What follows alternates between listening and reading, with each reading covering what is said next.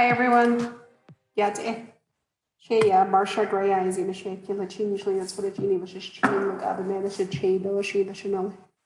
I want to thank you. Uh-oh, it looks like Marsha may have some internet issues. Marsha, I don't know if you can hear me, but you cut out. Can you hear me now?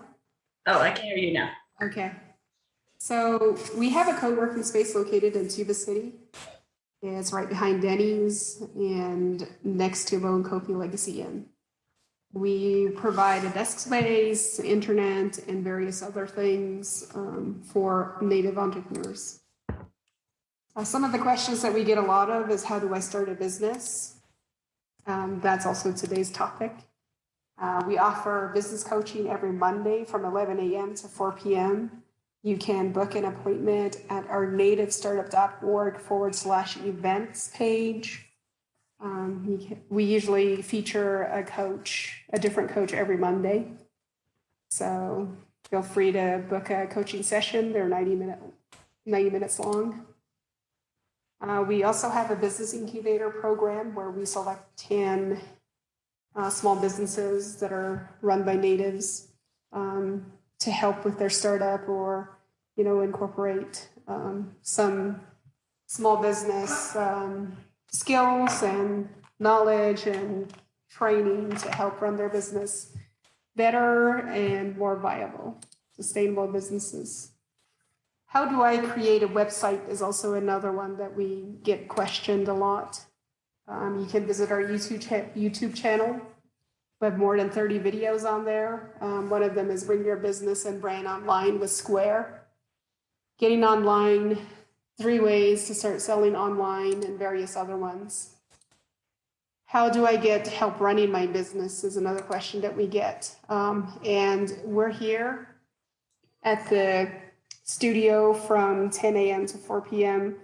Monday through Friday, where we can help you either answer some of your questions and maybe set you up with a business coaching appointment so you can get more one-on-one help. So feel free to drop on by or send us an email. We also have an app called Res Rising. We have more than 600 businesses on there currently. And the idea behind the Res Rising app is that if you are looking for a specific service or product, you can go on to the Res Rising app and type it in, and hopefully, whatever location you're looking at, it should generate the list of businesses that are offering what you're looking for. If you have any more questions, you can always email me at marsha@nativestartup.org. And for the webinar, the presentation today, stay on mute until Q&A or unless the speaker asks for verbal confirmation. Type your questions in the chat, and the sessions are being recorded for YouTube. Currently, we are hiring a community advocate, communications and brand manager, and also I think we're looking for a business coach as well. And today's webinar is being presented by Jessica Stago. She's our co-founder of Change Labs. And the title of today's session is Help, I Want to Start a Business. And without further ado, I'm going to turn it over to Jessica. Talk to you guys later. Hey, Jess. Thank you, Marsha. Yeah, good morning, everybody. And good afternoon for those of you. It might be past noon. Thank you for joining us today. I hope everybody is staying healthy and having a good day to start out with. This morning I've been running around, and so I feel like the day has already, I feel like it's not just barely 10 o'clock. I feel like there's already been a full day. So trying to get settled here. Let me just go ahead and introduce myself. Shay Jessica Stago, bit Agnieszle, dos of the ambassadors chin, Kiani Dashache, Ados of the Andashanale. I am the co-founder of Change Labs and also the director of business incubation. And so I just want to welcome everybody to the workshop today. And this is something that like Marcia said, we get this question quite a bit about whether or not somebody should start a business, or they have an idea, they kind of just are thinking about it in their mind. And then they always say, well, what's the first step, or what should I do? So that's why we decided to have this. And I think especially right now, while we're going through what we're all going through with the pandemic, and some of us have been home for a while, which gives us a lot of time to think about things, think about the problems of our world and how we can solve them. And so you have ideas. And so that's great. I think there's a lot of people out there that are like you, who are thinking about starting a business, or have been thinking about it for quite some time. And now that their job either is not there, or they're not working as much, then they're, thinking that it's a good time. So with that said, I think it is a good time, but I'm kind of biased because that's what I do. Is I work with people, I help them to start businesses. And so let's go ahead and get started on the presentation. So at Change Labs, our major focus is supporting entrepreneurs. And Marcia went over a lot of the different ways that we're doing that right now. We've had several programs. We've done a lot of things that I'm sure a lot of you are familiar with. And so I did want to kind of start out with, why do we support entrepreneurs, or why do we talk about entrepreneurship when we're discussing economic development, or why are we unapologetically supporting entrepreneurship when we talk to policymakers and every day as much as we possibly can. And so this is just a graphic that shows the importance of entrepreneurship, and how that impacts the economy. And so there's, as you can see, different ways that entrepreneurship has an impact.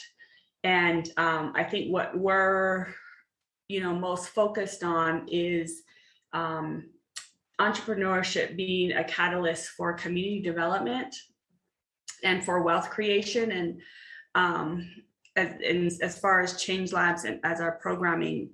And the reason for that is, as we move through these challenges and thinking about the history of our people and our communities, we see that entrepreneurship is a pathway for true long-term sustainable community development.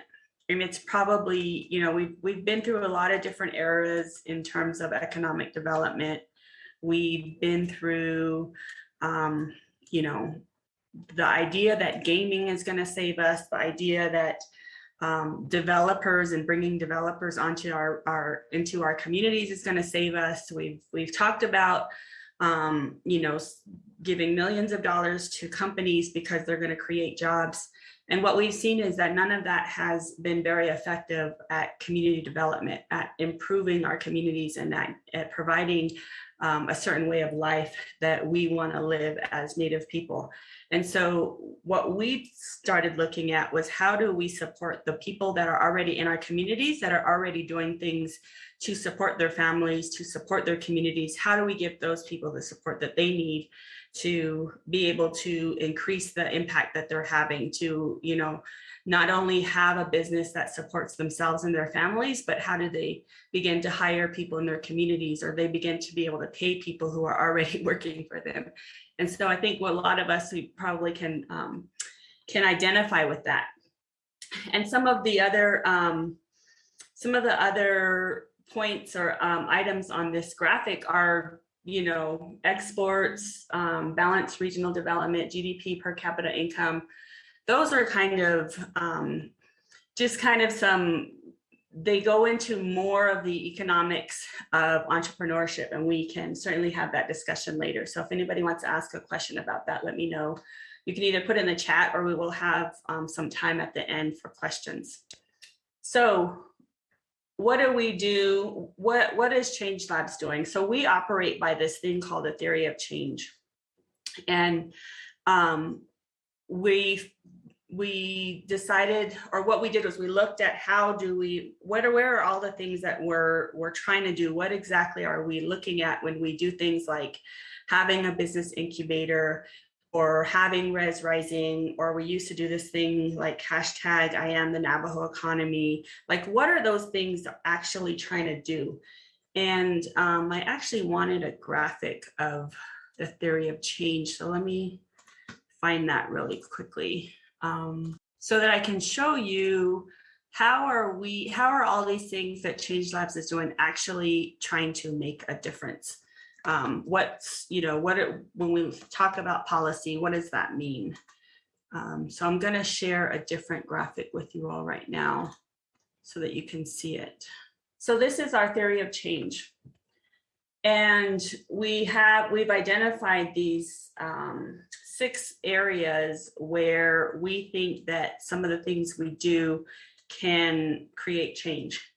One of them is in the area of policy. We've started to do some research around doing business on the Navajo Nation, or what's the impact of COVID that affecting Navajo businesses. We're also looking at, when there's tax policy that's being discussed at the council, what does that actually mean for the people and for the businesses that are operating on the res? So that's a lot of our policy work. Around finance, we have a microloan program called Kinship Lending. We started that last year during the pandemic, and we're looking to expand that. Like, what can we actually do to get people the money that they need to build their businesses, to increase that impact that I was talking about? Human capital, this is about providing education. How do we provide the education that people need to build this ecosystem or to build this economy? And this goes across the board, from youth to the council delegates to elderly people. How do we educate our community about making sure that we're making decisions that's in the best interest of the community? The supports that we offer, this is our programming, this is our business incubator, this is Res Rising, this is the coaching appointments that we offer. This is how we're supporting entrepreneurs. And then our culture, we were told when we first started the incubator, we were told a lot of different things. We were told that Native people aren't interested in entrepreneurship. We were told that, we're very risk averse. And so that means we don't want to get into business. Which couldn't be further from the truth when you think about it. And what we really had to think about was, how can somebody be risk averse when they're going out every day knowing that they only have enough gas to get to one point, and they have to make the sales to get the gas to come back? And those are the people that we were talking about. That's not risk averse. You're taking a big risk to be able to do that. And we probably all know people that do that, right? Or, people that hitchhike to get into town so they can, go to the flea market, or they can try to sell their art at the restaurant or something. So that was something that we really wanted to change, that misunderstanding about our culture and how we think about things, and also how we want to use our culture in our own development and for our own economic gain. Like, what are the boundaries there, and how do we go about that? So that's some of the discussion that we have there. And then the markets, how do we know that there's talking about art, Native artists have access to huge markets, or they actually lack the access to huge markets. But if they had access to those markets, then they actually could create and experience the value of their own art, versus having to go through third parties or middlemen, or different institutions that take all the value of their artwork and hold it within those institutions. So how do we create that value? By opening up those markets. And you can say that about a lot of different other industries as well. So those are just kind of the way that we're thinking about this, and hope that you guys have ideas and questions about that as well. So we'll just quickly kind of go through some questions that we often get. And let me see, I'm not paying attention to the chat. So if there's questions there, Marcia or Heather, if you could let me know. So registering your business. So doing this on the Navajo Nation, or doing this within your own tribe. First of all, the Navajo Nation is actually the only tribe in the country that has its own registration process, or its own what they call a business charter. So you do have the option of registering your business on the Navajo Nation if you're a business that's based within reservation boundaries. And we often get the question of whether or not they should register on the nation or not, and why, what's the difference? And there's not a big difference, except that for one, obviously the process to register your business is a lot longer and a lot more paper-based on the nation than it is with the state of Arizona or the state of New Mexico or Utah. It's also a lot quicker. You can register your business within the state entities in a matter of an hour or two online. It's an online process. With the state of Arizona, you go through the Arizona Corporation Commission. With New Mexico, it's the New Mexico Secretary of State. And then with Utah, it's the Utah Department of Commerce. So there's not a big difference. We do encourage people to register on the nation. The reason for that is that to kind of show the business, the presence of businesses on the nation and how many businesses there actually are, so that when we go to policymakers, we can say, look, at these are the businesses that we're here talking to you about. This is who is important when you're talking and thinking about economic development, or when you're thinking about tax policy, or even things like business site leases or land reform. If you are a business that's based on Hopi or on any of the other reservations, you do have to register within the state that you're located in. Another kind of issue that's there that I'll just mention really quickly is that if you're doing business on a reservation, you are not subject to state taxes. That's state income taxes, or even the sales tax, or what they call the transaction privilege tax, which is the sales tax that you pay whenever you go into a store that's off the reservation. So when you're registered with the state and you're not paying those taxes, then that will kind of set up, eventually, especially if you become a big business, that the state is expecting you to pay taxes, you will need to explain that you're on the reservation and that's why you weren't paying those taxes. The Navajo Nation does have its own sales tax. Again, it's the only, I'm not sure it's the only one, but I know it is the first reservation that actually implemented a sales tax on sales within its borders. So if you are located on the Navajo Nation, you do have to pay the sales tax, which is a confusing process, and we're having those discussions as well. So I'll try to answer questions about that if anybody has any. All right, so the legal stuff. So what does it actually mean to be in business? Like, what does that, how do you become a business? A large majority of businesses that are located on the res are what they call sole proprietors. That's kind of what they call the default. And so what it means to actually get your business registered as a legal entity is that you register the business as a separate tax-paying entity. So on the slide, the legal stuff, what does it mean to register your business?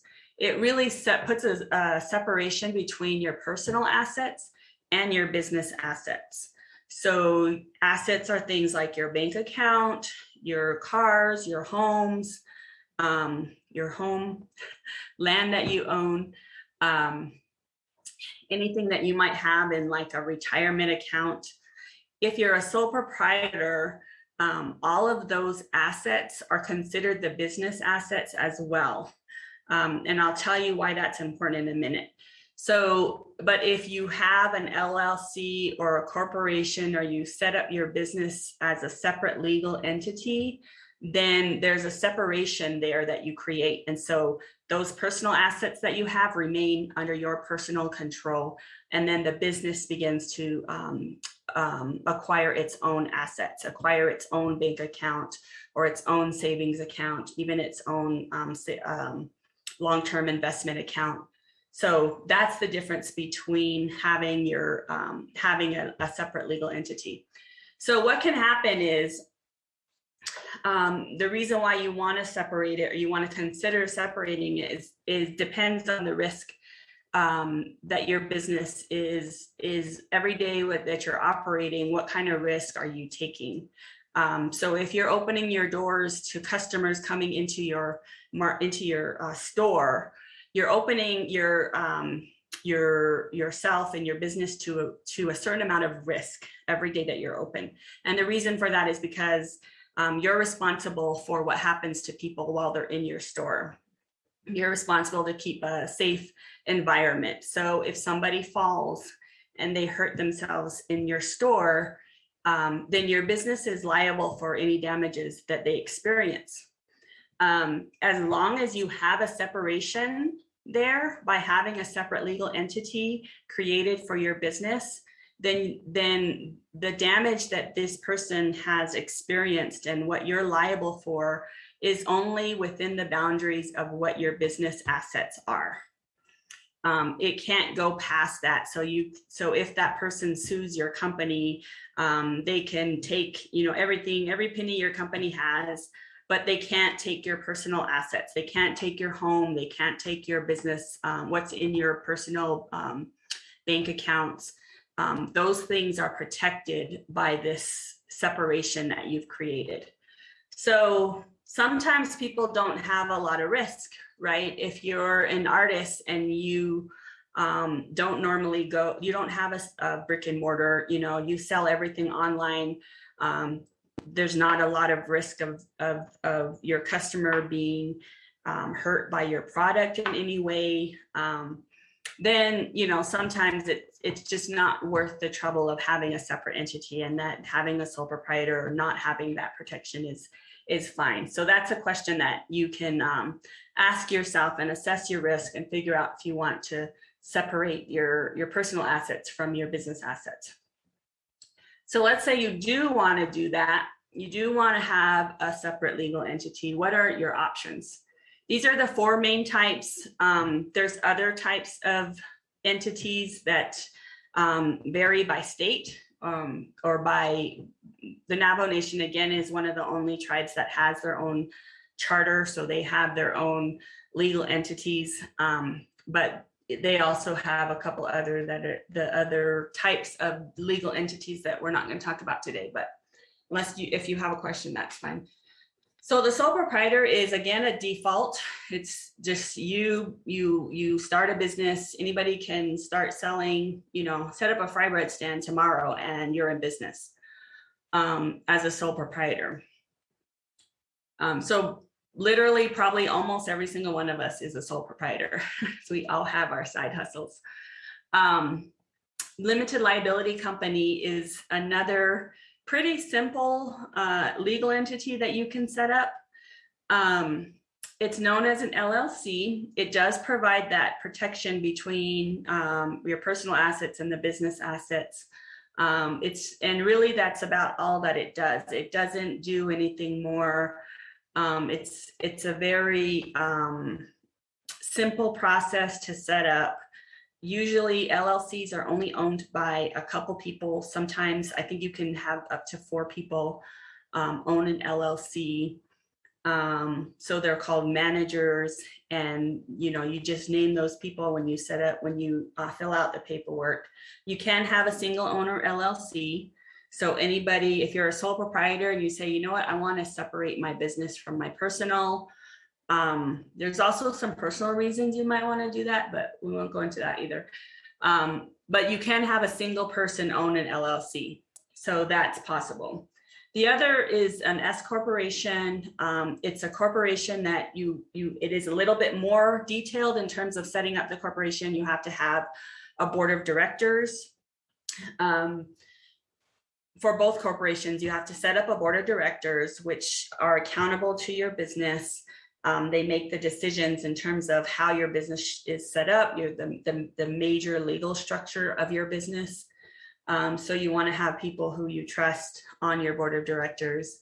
But the biggest thing is for an S corporation, they call it pass-through profits.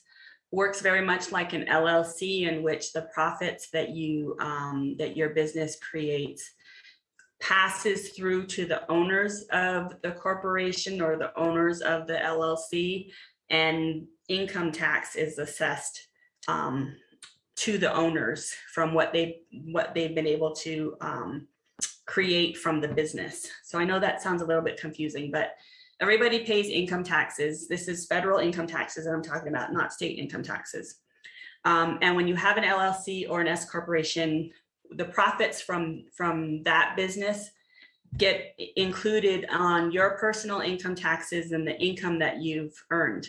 And then you as the owner gets taxed just the same way anybody else does. The difference with a C corporation is that when a C corporation has profits, the federal government goes and taxes the corporation itself. And then if the board of directors decides to provide dividends to the owners, then those dividends are given to the owners of the company or those shareholders. And then the shareholders are again taxed on that income, on their personal income taxes. So it's definitely taxed the same money is taxed 2 different times. But C corporations are usually owned by thousands of people. They're called shareholders. That's probably what you're familiar with. S corporations are usually owned by a lot less people. It's usually like a family or people in the community, or just people, a group of people, a smaller group of people. And again, LLCs are usually owned by less than 10 people. So we'll go on. So how do you business?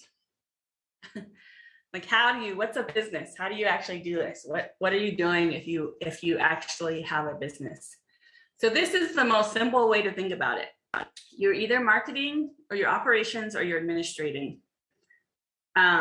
So you can also think about it as getting work, doing work, and then getting paid. Everything that you do in business is going to fall somewhere in these 3 areas. And so for marketing, the reason why we say it's about getting work is you're trying to communicate with your customer, you're trying to get customers, you're trying to tell people what you do, you're promoting yourself, you're promoting your business and the value that you can bring to the marketplace, and you're trying to attract the people that are actually going to pay you to do the work that you're doing. So once you have them, then you're doing the work. Operations is about delivering. It's about delivering that value that you promised them. It's about, making sure you're getting what you need from your suppliers, and you're creating whatever product or service that you create, and you're delivering that product or service to the customer. That's operations. And then administrative is about getting paid. So it's about managing that process. So one, you're getting your invoices paid, you're getting invoices sent to the customer, you're getting them paid, you're putting them into an account, a bank account of some type, and you're managing the process so that cash is actually getting deposited into your bank account. And business owners get tripped up at almost every level, but especially the area of administrative, where they're not getting paid in time from their customers. They're not managing cash flow. They're not paying their suppliers, or they're not paying their utility provider, or whatever it is. They're not paying the bills, and so it's creating more problems. So that's kind of just the 3 pillars of doing business is getting work, doing the work, and getting paid. So how can you look at your business and see how well you're doing in these areas? That's what the financial statements do. And this is, again, where a lot of people, most people don't even do their financial statements, or they don't look at their financial statements, or they may look at it, but they don't really know what it means. So the 3 main reports are the income statement, the balance sheet, and the cash flow statement. And the income statement is also known as a profit and loss statement. It looks at whether or not your business is actually making money the way that you're running it.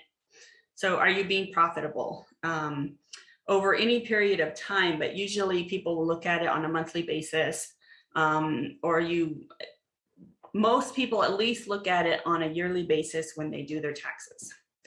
But the income statement is what the IRS uses to show, did they make money or did they not make money? Is there a profit here that we can tax? The balance sheet is the value of your business. So it displays your organization's assets, liabilities, and any equity that you have. So we can go over that in a bit. And then the cash flow statement is something that if you're not used to it, if you're a new business, you should really kind of be looking at this even on a daily basis, but at least every few days. And this is cash coming in your business and cash going out of your business. But we'll talk about that as well. So the first thing is income statement. Again, it shows if you're making a profit, and it really is about looking at your operations.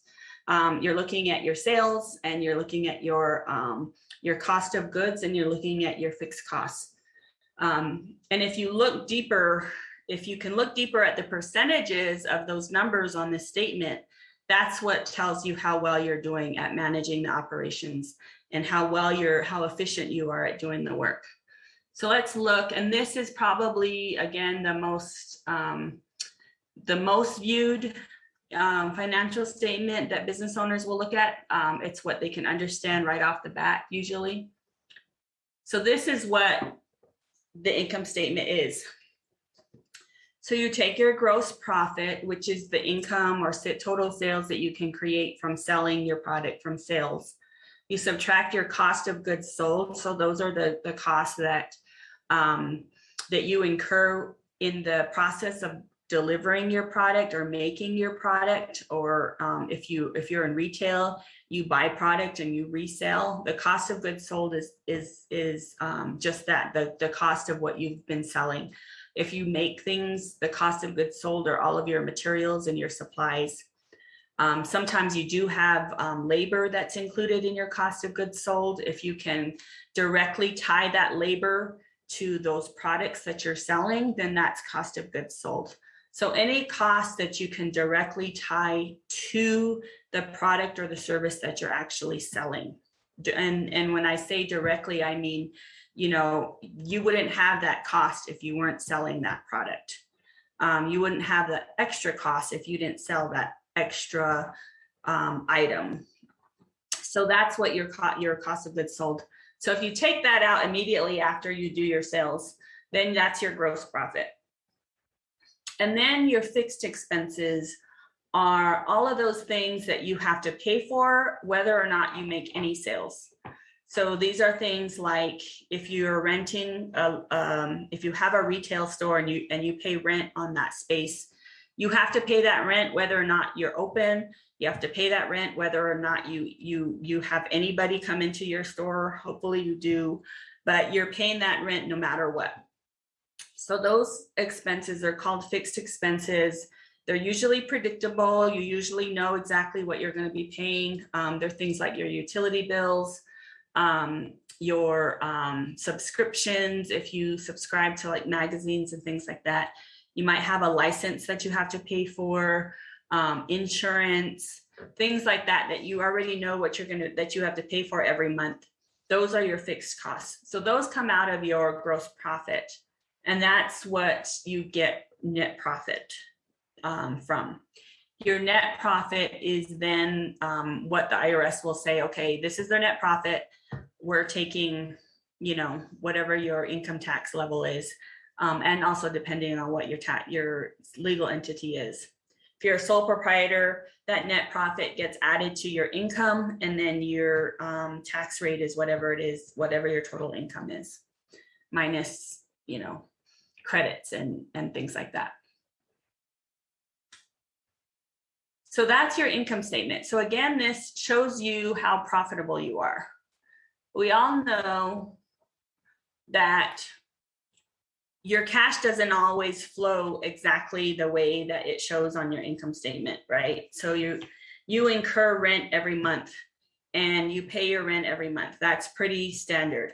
But you might incur, other costs that you don't pay for another month later, or you might have sales that you don't get paid for until 2 weeks later, which means you're in another month. So cash flow helps you to manage your bank account. It helps you to look at what's the cash coming into your business and the timing of that with the cash going out of your business and the timing of that. So we all do this in our personal lives. We manage our cash. We make sure that our bank account has enough money in it to get through the next, 2 weeks till we get paid if we have a job, if we're employed. So you're doing this already personally, but this cash flow statement helps you to do this for your business.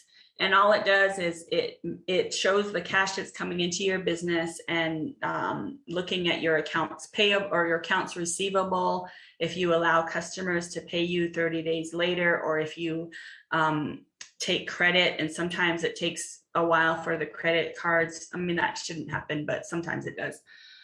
So it's just a matter of, what's the timing of that? And do I have enough cash to cover my operations? Do I have enough cash to pay myself? Do I have enough cash to pay employees? Payroll is usually the biggest thing. Am I generating enough cash this month to make my payroll every 2 weeks or whenever payroll comes around? So that's what the cash flow is. It's really about the timing of cash coming in and cash going out. And that's where you have administrative, your ability to manage the administrative part of your business, making sure you get your invoices out in time so that your customers can pay you, making it easy for your customers to pay you. So you're not waiting for their check in the mail, things like that. All makes it easier for you to manage your cash flow. Also making sure that your customers are paying you. So not letting customers go out 60 days or 90 days on your accounts receivables. And this is, you often hear that that percentage that, 90% of businesses fail in the first two years or whatever that is. It's usually because of cash flow. It's not because they're not making sales. It's not because they're not, profitable. It's usually that they're not managing their cash or they run out of cash to operate. And so the day that you run out of cash is the day that you have to close your doors, right? So you want to make sure that you're keeping an eye on cash flow. So your balance sheet is another really important statement that a lot of people don't pay any attention to. And I can understand why. This is really about, how much of the business do you actually own as a business owner? So how much of the assets are actually clear and paid off, there's no loans against them, or how many of those assets are you paying for with borrowed money? And sometimes that just includes inventory as well. If you're buying inventory on credit, how much of the inventory does your business actually own? And for a lot of businesses, this can be, especially for new businesses, this can be, it can be discouraging to look at your balance sheet and see that, right now your business is in the red, like you don't own any of your assets. But over time, if you can continue to manage your cash flow, then you can turn that around, but it always is going to be over time.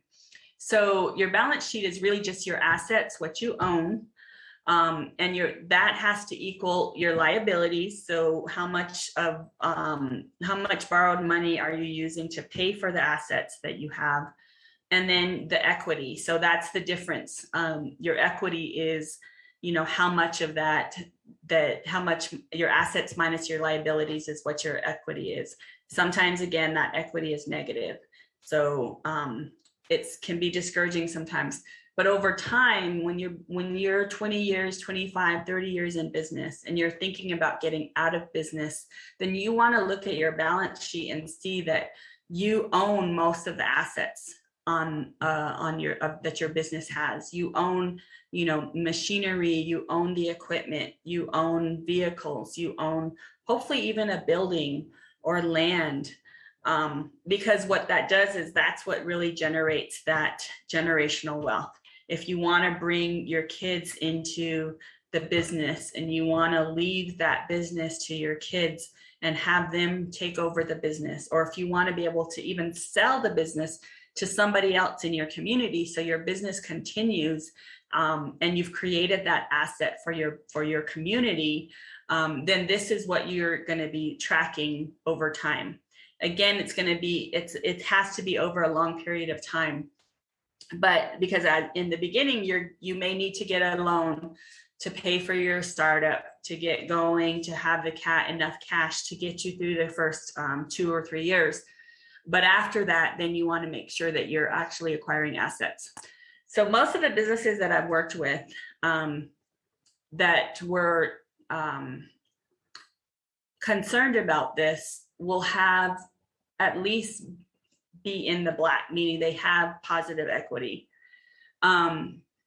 Some businesses who didn't pay attention to this over time, who wanted to make it, because they didn't want to be taxed on their profits, they would make it seem like they weren't profitable, so that they didn't have to pay taxes. And over the long term, what ends up happening is that they never get to that positive equity. And so they may have had a business for 20, 25 years. And when somebody looks at their financial statements, it doesn't look like they've made very much profit, and it doesn't look like they've been able to acquire assets, which means that the business isn't worth very much. And so when they go to try to sell it, it's not much of a, they don't get the sales price that they want, or that they think that the business is worth, because their financial statements show a different story. Everybody gets attached to their business. Everybody thinks their business is worth so much money. They've, have a good customer base. They have these sort of assets that they see that aren't tangible. And there is a such thing as goodwill, in case people are, which is an actual asset that you can list on your balance sheet, which are things like, customer loyalty or a brand that's valuable. You can do things like that. But in terms of looking at selling your company, or somebody, a bank looking at your business, they'll know that that's not a hard asset. And so all they're going to be concerned about is those hard assets. So that's what the balance sheet is. It really thinks, if you have to think about what your exit strategy is going out of your business. What do you want to happen when you're ready to retire, when you're ready to give up the business? Do you want that business to continue operating? Do you want it to go to your kids or your grandkids? Do you want it to stay in your community? And what do you want to be passing to the next generation? And I think that if you think about it now while you're just getting started, then over time, you'll be able to make the right decisions based on what you want to happen. So really quickly, we do also have another tool called Build Navajo. And this was created to help you get your business registered, and also make sure you have an idea of what the process is with the Navajo Nation, as well as the right documents. And it's buildnavajo.org is the website for that. So does anybody have any questions? So Lori, hi Lori, wants to know, how do you get a tax ID? You should call me Jez. That's my childhood. That's my childhood nickname. Lori and I have grown up together. So a tax ID is it's like your social security number, but for your business. So it's your identification to the IRS as a tax paying entity. So you have to go to irs.gov. Make sure you go to irs.gov, and make sure you don't pay for a tax ID number. A tax ID number is free from the IRS. It's a simple online application that you have to fill out. Once you've figured out what your tax entity is going to be, because it will ask you if you're an LLC or if you're a corporation. So once you get your business registered, if you want to stay a sole proprietor, that's fine. You can still get a tax ID number as a sole proprietor. You'll just say that you're a sole proprietor, and they'll give you a tax ID number. Sometimes you need that she said, you UHAG. Anyway, sometimes you need that if you're a retail business and you're going to be reselling product, you don't have to pay sales tax on the product that you're purchasing. So if you have a Piccadilly stand and you go to Sam's Club and you're buying your supplies from Sam's Club, all you have to do is give Sam's Club your tax ID number and they will not charge you sales tax because you're reselling those items. Technically, you're going to be collecting sales tax when you sell those items. That's the reason why they have that. So sometimes as a sole proprietor, you do need a tax ID number. Not always though. Do not pay, then you're not at the right site. If you went to a site and they said you have to pay, you make sure you go to irs.gov, not irs.com, not irs.whatever.co. You just have to make sure you get to the right site. I just put the link in the chat window, Jess. Okay. So click on that link, Lori. Lori, is that your bounce house business? Okay. I was wondering if that was your business on Facebook because I got your invitation to like your page, but I didn't see that you were the owner or anything, and I didn't want to like it unless you were the owner. So Linda said, question for you in the chat window. Okay. Can you get a TIN as a sole proprietor just to get a TIN, then change to an S corporation later if you decide? I believe you can. Actually, I'm pretty sure you can, although it might get confusing for you. So if you do that, I would make sure that you completely stop using the first TIN because you'll be creating an entirely separate legal entity, which means you're going to have to start all over if you do an S corporation later. So you'll do an S corporation later. You're going to have to get a new bank account, starting completely over. Otherwise, the IRS you'll flag the IRS really quickly if you don't do that. You can do that, but you're going to make sure that you completely retire the first TIN and then start completely over with the new one, which is what you'll probably want to do that anyway if you have an S corporation and you're adding additional owners to the company. Is the process difficult to register as a Native minority women-owned business with Arizona? So the process is not difficult to register, but you don't actually register as a Native women-owned business with the state of Arizona at the Arizona Corporation Commission site. That part is easy. You can do it in an hour or so.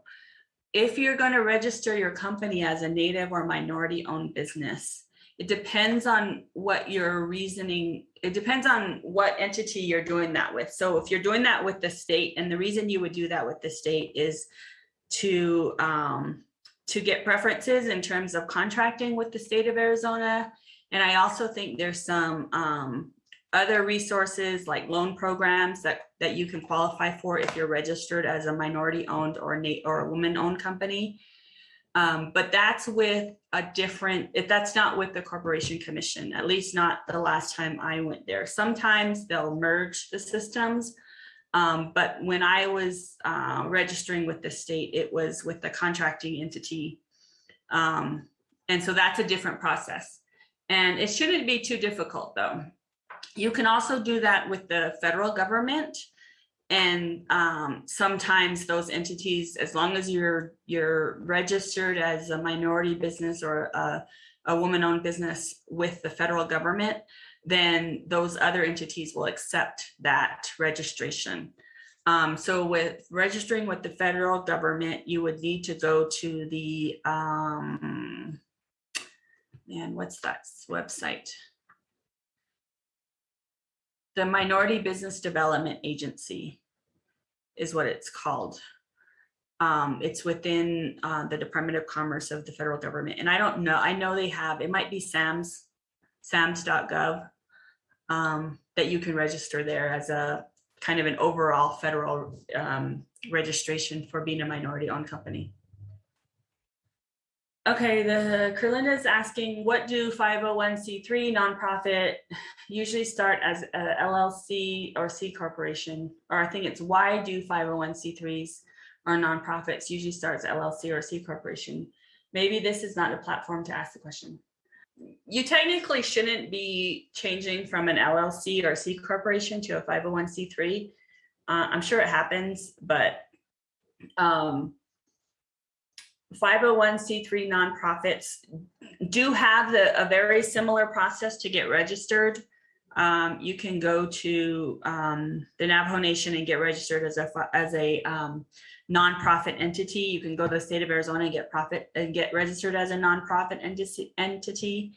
But a nonprofit entity doesn't necessarily mean you're a 501c3. So a 501c3 is a separate IRS designation. Once the IRS designates that you are in fact a 501c3, that means that you don't get taxed on your income. And a lot of times your 501c3, your income is through grants or other public entities like foundations or state grants or tribal grants. Those entities usually require you to be a 501c3. That just means that the IRS isn't going to tax you on the money they give to you. So just because you can be a nonprofit organization and registered as a nonprofit organization, but you're not a 501c3. You have to go through another process with IRS to get your 501c3. So I can see where somebody might start an LLC and then decide they want to do a nonprofit and then end the LLC and do a nonprofit. I think that would raise a lot of red flags for them becoming a 501c3 though. I wouldn't recommend it. Delphina is asking, what are the sales tax for townships, Kayenta to the city, and non-townships still at 6% sales? So for the Navajo Nation, the non-township or non-Kayenta or Tuba City is 6%. I think Tuba City is at 6%. I'm not sure about Kayenta. Marcia might know. Yeah, the Kayenta and Tuba City have their own sales tax as well, in addition to the Navajo sales tax. Are they all at 6% though? No, I think it's 3% for Kayenta, and I think Tuba is 6%. Okay. So Tuba is 6. I think Tuba is 6%. But there is a legislation that's going through the Navajo Nation right now, and if you care about that, you should contact your council delegate and tell them to table legislation 111-20 and 112 111-21 and 112-21. 111-21 raises the range that the Navajo Nation can the range of taxes from 2 to 6% to 2 to 10%. And all it does right now is raise that range. But that essentially gives the council the ability to raise the sales tax to as much as 10%. And what we're saying is that eventually that's going to happen, and they can do it without anybody really even knowing, which they have done before. So if you don't want that, if you don't agree with that, and Change Labs has put out a statement about it, you can look on social media but we're also working on a policy memo that we'll be distributing soon regarding tax policy. Heather says sales tax in Kayenta Township is 5%, Tuba City is 6%, and currently Navajo Nation is 6%. Thank you, Kerlinda. I appreciate your comment. She said, awesome, thank you. Your answers are really clearing up some fog, creating understanding. Yeah. Any other questions? If Olin Smith can go off mute, he had sent a message about obtaining TPT license.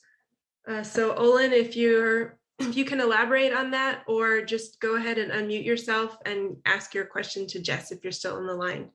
Olin Smith. I saw him, but I don't see him now. Oh, yeah, there he is.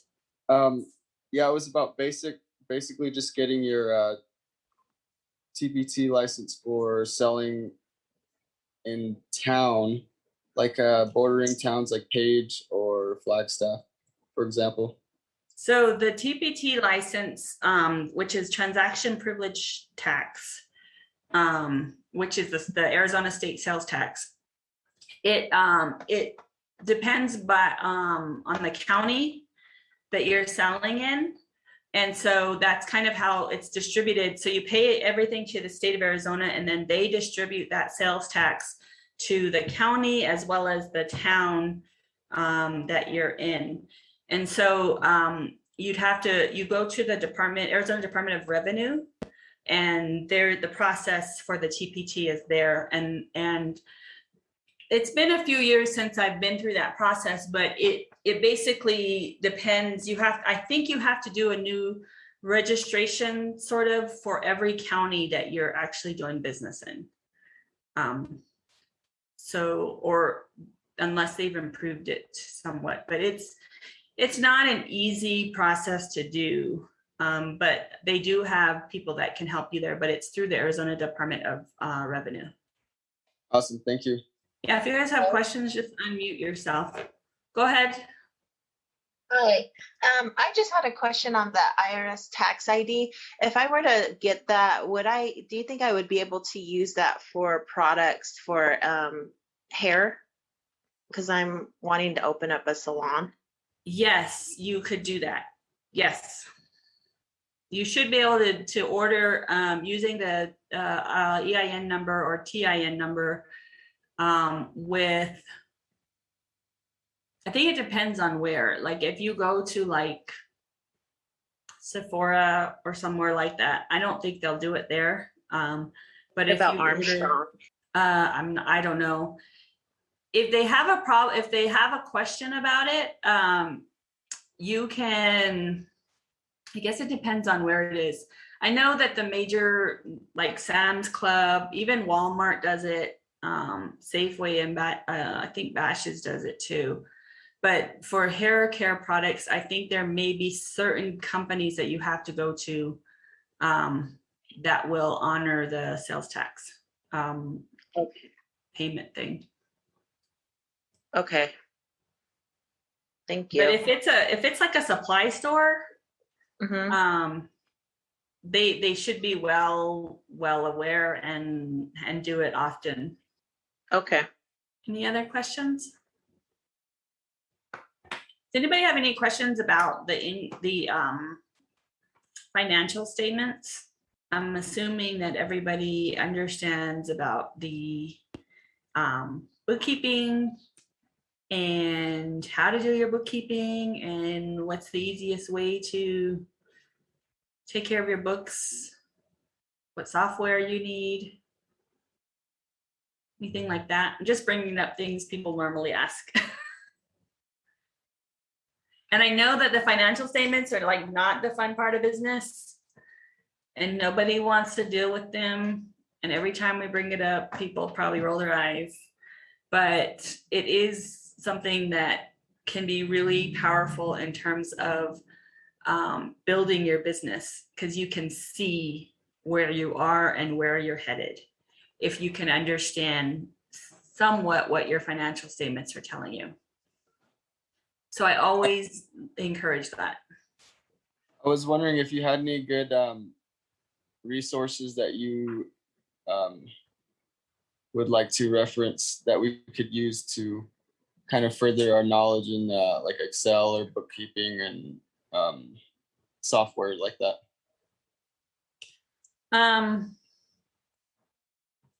Well, I can tell you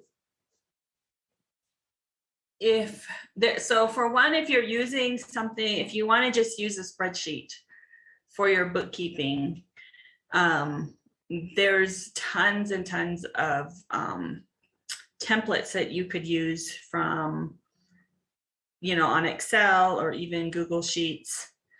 But if you want something that so Excel is not normally going to create financial statements for you. It'll keep track of your numbers by allowing you to enter numbers into the spreadsheet.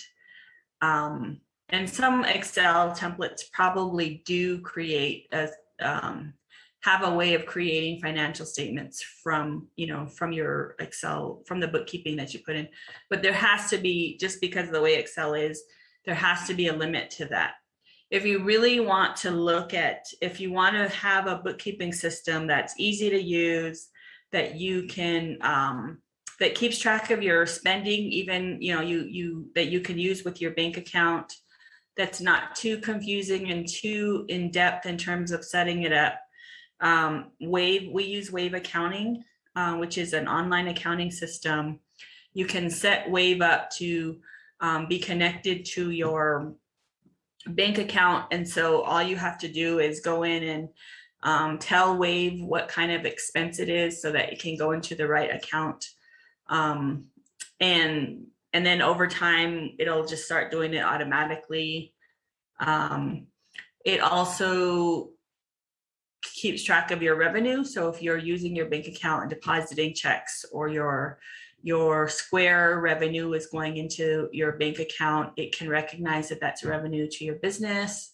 One tip I will give you is, even if you are a sole proprietor, you should always have a separate account for your business. That will help you a lot when you get to the income tax time. Because if you have it all jumbled together, it's a lot harder to actually get credit for the expenses that you should be getting credit for in terms of having a business, and also understanding the revenue that you're bringing in as a business owner. Or, a lot of times we're bringing in different streams of revenue. Maybe you get paid, maybe all of your Square revenue is coming from your sales, whereas revenue coming from Venmo is through your online sales or something. So you can see the breakdown of the revenue if you're using something like Wave, versus, and have a separate bank account, versus, if you get, like this past year, we all got stimulus. We always think we're going to remember, but when you get to income tax time and you just you can look at your bank account and say, okay, this is how much revenue I brought in, but you don't know how much of that is business, and you don't know how much of that is not business and other things. Then it's hard to figure out, okay, because assuming you're also not keeping track of your expenses, what can I actually expense out? You forget things like mileage, you forget things like, that you spent money in February on some, going into town because, you needed things that you were out of, or you spent money to go meet with somebody. You forget about that unless you're actually paying attention to it. And the good thing about Wave is you go in there and you can assign, you can put as much information in there as possible, and it helps you to remember. So when you come to tax time, it's a lot easier to get through your taxes than trying to go back the whole year and figuring out what your mileage is. And I know, because I've done this before with my own, where I don't have a separate bank account, where I've had to go back and say, okay, where is my business expenses, and where are other things? So one thing I will definitely say is have a separate bank account, even if you're a sole proprietor. Doesn't mean you have to pay for an expensive business account either. Just open another personal checking account that's at a different bank, that's separate from your personal checking account. Wave is one. Also, Expensify as a way to manage your business receipts is really good to use. Wave also does have an expense tracking app where you just use your phone to take a picture of the receipt and it automatically processes it. You have to pay for that with Wave, I think, and I think you have to pay for some of that with Expensify. Sometimes there is a free version in which you actually just put in the the information yourself. That's another tool that's really good to use. There's other types of receipts tools or receipts tracking apps, but Expensify, I think, seems to be the easiest to use in terms of creating reports. And then you can use that information to put into something like Wave, because all Expensify does is track your expenses. And then Wave is more about tracking your entire business, your revenue and your expenses, and then creating financial statements for you. And I think that QuickBooks Self-Employment is also pretty simple to use, but it's not free. Wave is free, except I think this past year during the pandemic, Intuit, which is the company that owns QuickBooks, I think they offered self-employment for free for this past year in response to the pandemic. So I don't know if that's still that way, but any other questions? Okay, well, just remember, if something comes up, we do offer business coaching every week. You can go to our website, nativestartup.org, and sign up to talk with one of our coaches. It's a 90-minute meeting that's held virtually, and you can ask any of the questions that come up or something that you might think about later. You can also get resources, more detailed resources that both Change Labs offers, or if we have partners that offer different types of resources. Maybe you're having an issue with something and you don't quite know, what you can do or what you can use. There's a lot of resources out there that we can help you to find.